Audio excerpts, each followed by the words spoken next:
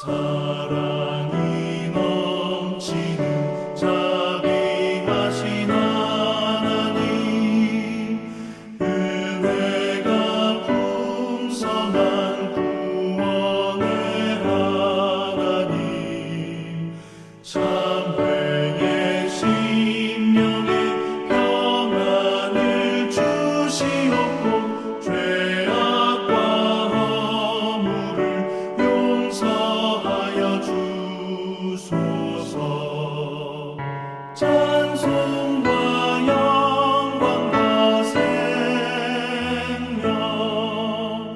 구원의 하나님, 우리 예배를 받아주시옵소서. 연약한 심령을 굳게 세워주시고 우둔한 마음을 지혜롭게 하시고 주의 뜻 받들어 참되게 살아가며 주 말씀 따라서 용감하게 하소서. 권능과 지혜와 사랑, 은혜의 하나님, 우리 예배를 받아주시옵소서. 주 앞에 나올 때 우리 마음 기쁘고 그 말씀이 되어 새 희망이 솟는다. 고난도 슬픔도 이기게 하시옵고 영원에 잇대어 살아가게 하소서. 우리의 자랑과 기쁨, 생명의 하나님, 우리 예배를 받아주시옵소서.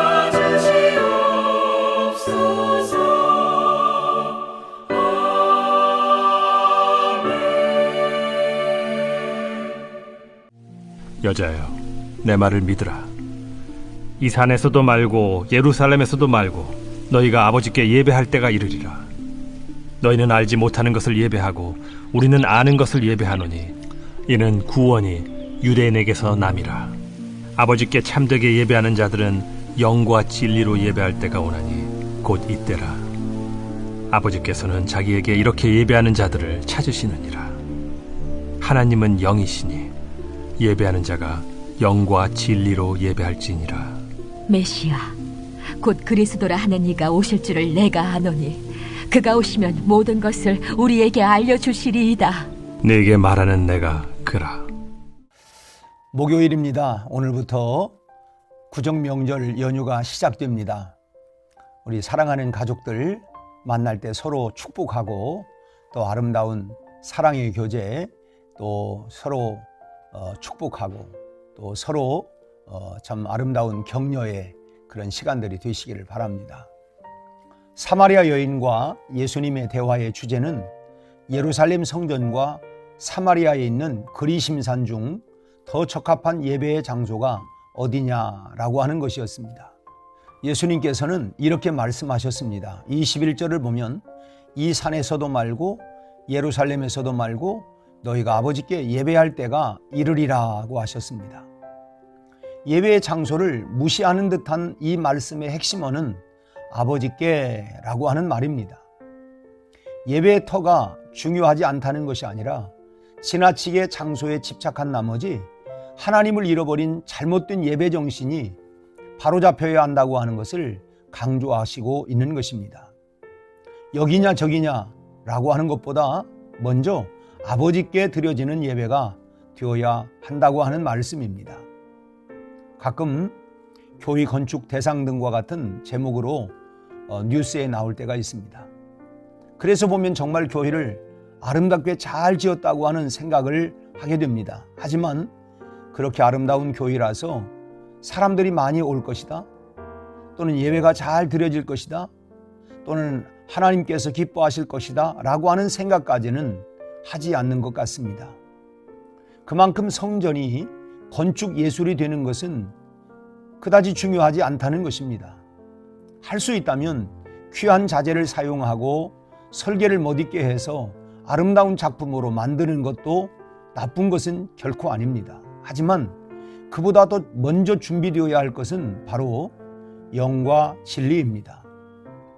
영과 진리라고 하는 말은 영과 진리 안에서라고 하는 뜻인데, 예배하는 그 사람의 자세를 의미한다고 할 수 있습니다. 하나님께서 받으시는 예배는 어떤 예배여야 하느냐에 대한 대답입니다. 그러면 예배드림에 있어서 가장 중요한 것은 무엇이겠습니까?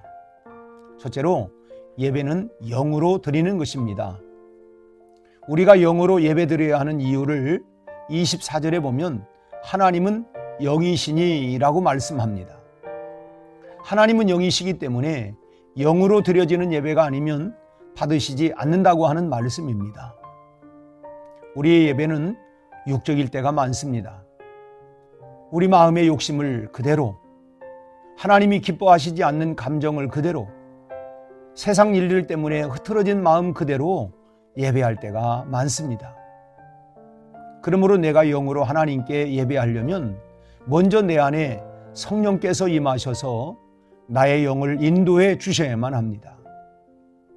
성령께서는 우리를 감화 감동도 하시고 보혜사로서 우리를 죄악으로부터 지켜 보호하시는 일도 하시지만은 성령께서 하시는 주된 사역은 교통하심입니다. 그래서 사도 바울은 고린도후서 13장 13절에서 주 예수 그리스도의 은혜와 하나님의 사랑과 성령의 교통하심이 너희 무리와 함께 있을지어다 라고 축복하고 있습니다. 예수님이 은혜이시고 하나님이 사랑이시라면 성령은 교통하심이라고 하는 사실을 우리는 주목해야 합니다. 성령은 교통하시는 분이십니다. 예배 중에 하나님의 뜻을 우리에게 알리시고 깨닫게 하시고 또 결단케 하시는 분이 바로 성령님이십니다. 또한 우리의 사정을 하나님께 말할 수 없는 탄식으로 친히 아뢰고 계시는 분도 성령님이십니다. 여러분, 예배는 하나님과의 교통입니다. 그러므로 성령의 교통하심이 없이는 아름다운 예배도 있을 수가 없습니다.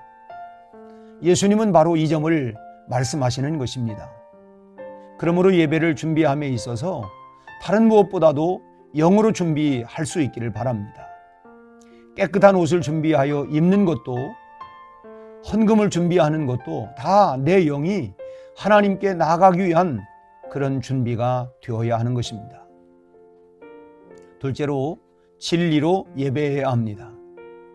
22절 말씀에서 예수님은 사마리아인, 다시 말하면 너희는 알지 못하는 것을 예배한다고 하셨는데, 이 말씀은 진리가 없는 예배를 말하고 있는 것입니다. 사마리아 사람들은 모세 오경만을 믿고 나머지 예언서나 성문서, 역사서는 믿지를 않았습니다. 특히 성령의 역사나 메시아의 오심에 대한 예언은 주로 예언서에 기록되어 있었기 때문에 예언서를 알지 못했던 사마리아 사람들의 진리는 불완전할 수밖에 없었던 것입니다. 그래서 이방 종교와 혼합된 모습이 많아진 것이고 하나님을 예배하는 것과는 거리가 멀어진 것입니다. 그러기에 우리가 알 것은 알고 예배해야 합니다.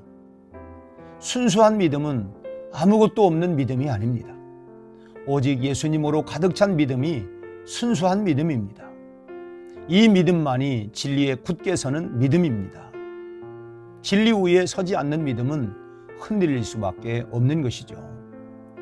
파나마의 벨리엔티 인디언들은 예배를 하나님 앞에서 자기를 배워가는 것이다 라고 표현합니다. 이 말은 파나마 숲의 우람한 마호가니 나무들이 도끼에 찍혀 웅장한 소리를 내며 쓰러져 넘어지는 모습을 표현한 것입니다. 그런가 하면 남부 멕시코 산중의 첸탈 인디언들은 예배를 하나님 앞에서 자신을 끝장내는 것이라고 표현합니다. 육이 죽고 영과 진리로 드려지는 예배가 되어야 한다고 하는 말입니다. 예배에 여러분들의 전부를 담기를 바랍니다. 이것이 영과 진리로 드리는 예배입니다.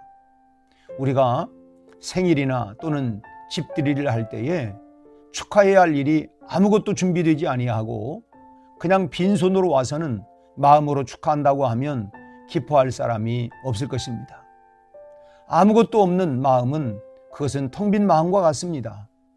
그러기에 영과 진리로 드리는 것은 우리의 전부를 담아서 드리는 것이 되어야 합니다. 그럴 때에 그 예배를 우리 하나님이 받으시고 그 예배를 통하여 하늘의 신령한 복을 받아 누리게 될 것입니다.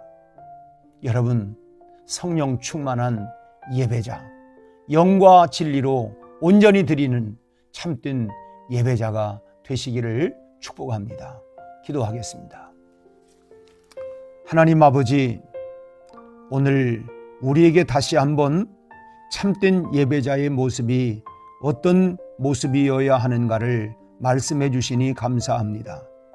먼저 우리 모두가 영과 진리로 전심을 다하여 하나님 앞에 예배하는 참된 예배자가 되게 하여 주시옵소서.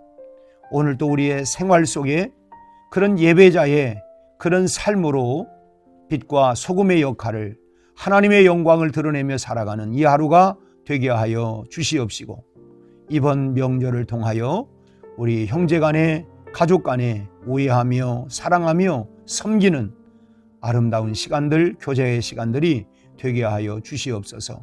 예수님 이름으로 기도하옵나이다. 아멘.